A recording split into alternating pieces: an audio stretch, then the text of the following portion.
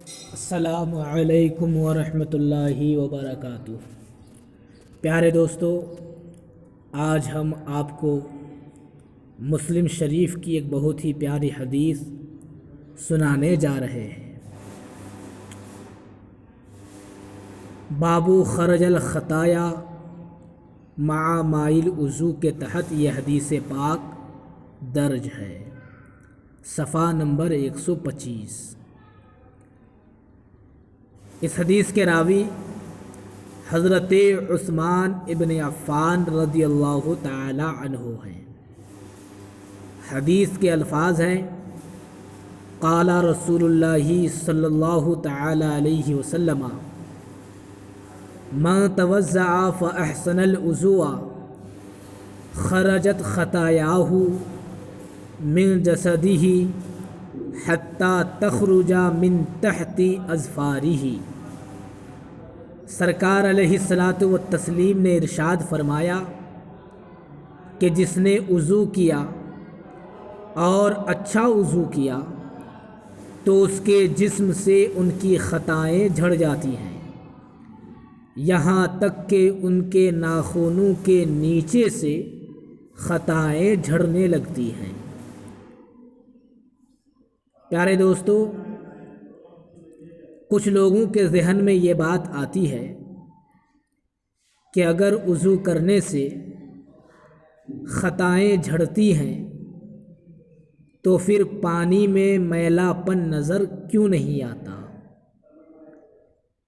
یہی سوچ لے کر ایک شخص نے امام اعظم رضی اللہ تعالی عنہ کی بارگاہ میں حاضری دی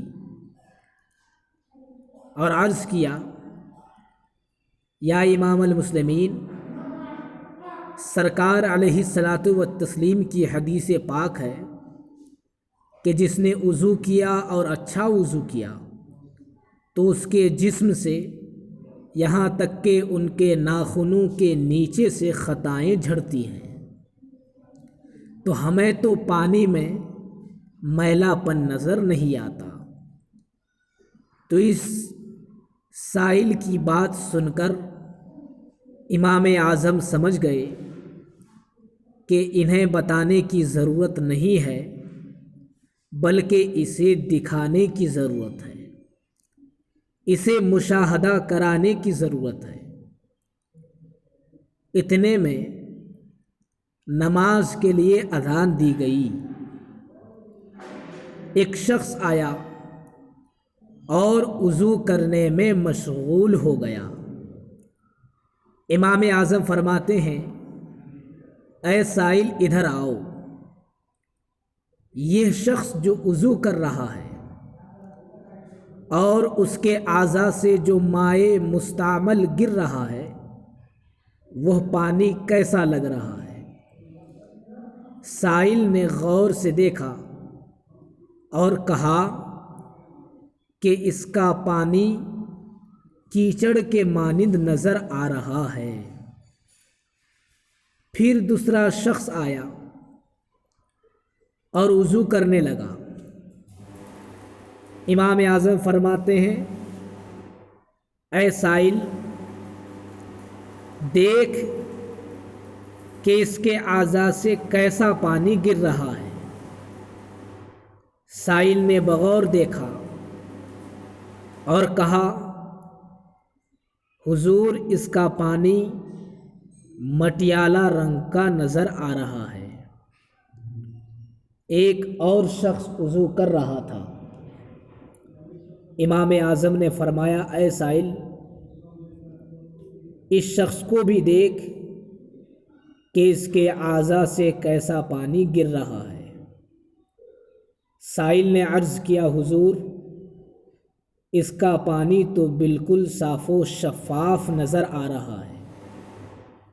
چنانچہ آپ رحمت اللہ علیہ تینوں آدمیوں کو اپنی بارگاہ میں طلب کرتے ہیں، ہر ایک سے فرماتے ہیں: اے شخص، تو نے کون سا گناہ کیا؟ وہ شخص گھبرا گیا کیونکہ اسے معلوم تھا کہ پوچھنے والا کوئی معمولی آدمی نہیں ہے، بلکہ پوچھنے والا اللہ کا برگزیدہ بندہ ہے۔ پوچھنے والا امام المسلمین ہے، بلکہ پوچھنے والا اپنے وقت کا امام اعظم ہے۔ تینوں نے سچ سچ بتا دیا۔ پہلے شخص نے کہ جس کا پانی کیچڑ کے مانند نظر آ رہا تھا، اس نے کہا کہ حضور مجھ سے زنا کا گناہ ہو گیا تھا۔ دوسرے شخص نے کہا کہ حضور مجھ سے جھوٹ کا گناہ ہو گیا تھا۔ اور تیسرے شخص نے کہ جس کا پانی صاف و شفاف نظر آ رہا تھا، اس نے کہا حضور میں نماز پڑھ لیتا ہوں تو دوسری نماز کے لیے انتظار کرتا ہوں۔ اب امام اعظم رحمۃ اللہ علیہ ہر ایک کی توضیح کرتے چلے جاتے ہیں۔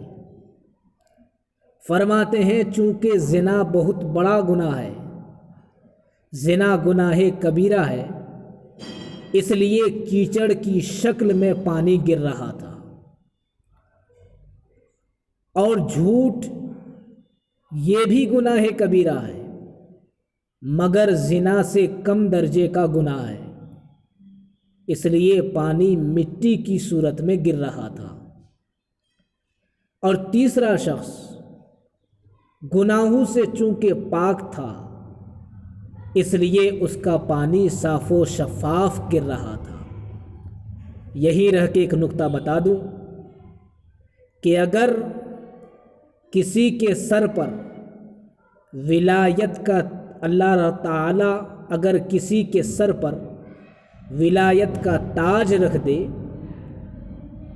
تو اس کی قوت بصیرت میں اضافہ ہو جاتا ہے، اور وہ خود اگر دوسرے پر نگاہ ڈال دے تو وہ بھی صاحب نظر ہو جاتا ہے۔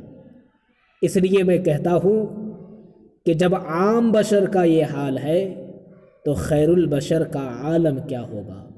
اللہ کی بارگاہ میں دعا ہے کہ مولا تعالی ہم سب کو سنن و مستحبات کے ساتھ وضو کرنے کی توفیق عطا فرمائے۔